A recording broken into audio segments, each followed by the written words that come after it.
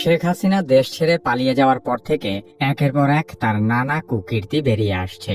রাজনৈতিক ভিন্নমত পোষণকারীদেরকে দমন করতে আওয়ামী লীগ সরকারের সময়ে বহু মানুষকে গুম করা হয়েছে।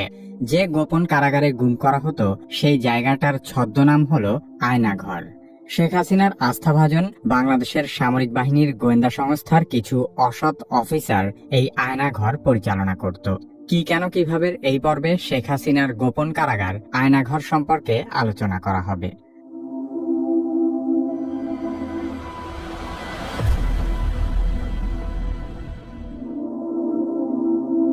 বাংলাদেশের প্রতিরক্ষা বাহিনীর গোয়েন্দা সংস্থা directorate general of forces intelligence বা ডিজিএফআই হিসেবে পরিচিত।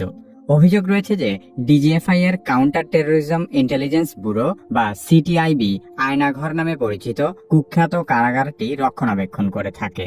2022 সালে সুইডেন ভিত্তিক একটি স্বাধীন সংবাদ মাধ্যম নেত্র নিউজের করা একটি অনুসন্ধানী প্রতিবেদনে আয়নাঘরের বিষয়টি সবার সামনে উঠে আসে। সেখান থেকে দেশের মানুষ জানতে পারে যে বিভিন্ন সময়ে বলপূর্বক গুমের শিকার ব্যক্তিদেরকে আয়নাঘরে আটক করে নির্যাতন চালানো হতো। আয়নাঘর ঢাকা সেনানিবাসের ভেতরেই অবস্থিত বলে ধারণা করা হয়। আয়নাঘরে বন্দী থাকা সাবেক এক সেনা সদস্য জানিয়েছেন, অতীতে এই জায়গাটি জয়েন্ট ইন্টারোগেশন সেল নামে পরিচিত ছিল। পরবর্তীতে একে সংস্কার ও বর্ধিত করে আয়নাঘর বানানো হয়েছে। গুমের শিকার হওয়া বেশ কয়েকজন সাবেক সেনাবাহিনীর কর্মকর্তা আয়নাঘরের অবস্থান প্রকাশ করেছেন। তারা জানিয়েছেন এই আয়নাঘরটি ডিজিএফআই এর অফিসের ঠিক পেছনেই অবস্থিত। এখানে কমপক্ষে 16টি কক্ষ রয়েছে, যেখানে একসাথে 30 জনকে বন্দী করে রাখা যায়। আয়নাঘরের দায়িত্বে থাকা কয়েকজন সামরিক কর্মকর্তা গোপন এই কারাগারের ছবিও প্রকাশ করেছেন। এসব ছবি দেখলেই বোঝা যায় গোপন এই কারাগারে কাউকে বন্দী করা কতটা অমানবিক। এখানে বহু লোককে বিনা বিচারে বছরের পর বছর, এমনকি যুগের পর যুগ আটকে রাখা হয়েছে। আয়নাঘরের বন্দীদের একজন বলেন, এসব কয়েদখানার দেয়ালে বহু লোকের নানা রকমের আর্তনাদ খোদাই করে লেখা আছে। কত লোককে যে এখানে ধরে নিয়ে যাওয়া হয়েছে তার কোনো ইয়ত্তা নেই। সবাইকে যে এখানে দীর্ঘ সময় বন্দী করে রাখা হয় এমনও নয়। অনেককেই ছেড়ে দেওয়া হয়েছে, আবার অনেককে এখান থেকে হত্যাও করা হয়েছে। আয়নাঘরের ছবি হিসেবে সামাজিক মাধ্যমে এরকম কয়েকটি ছবি প্রচারিত হচ্ছে, যেখানে দেখা যাচ্ছে বহু মানুষের কঙ্কালের স্তূপ।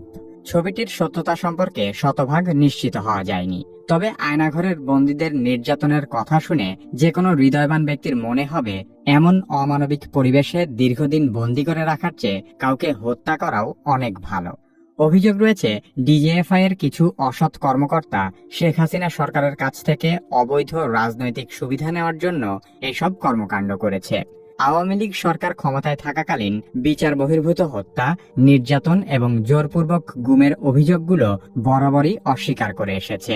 হাসিনা সরকার পতনের পরপরই এ ধরনের মানবতা বিরোধী অপরাধের প্রমাণ হাতে নাতে পাওয়া যায়। বাংলাদেশের শীর্ষস্থানীয় একটি সংবাদপত্রে বলা হয়েছে, শুধু ঢাকা সেনানিবাস নয়, সারা দেশের বিভিন্ন স্থানে এরকম আরও বেশ কিছু আয়নাঘর থাকতে পারে।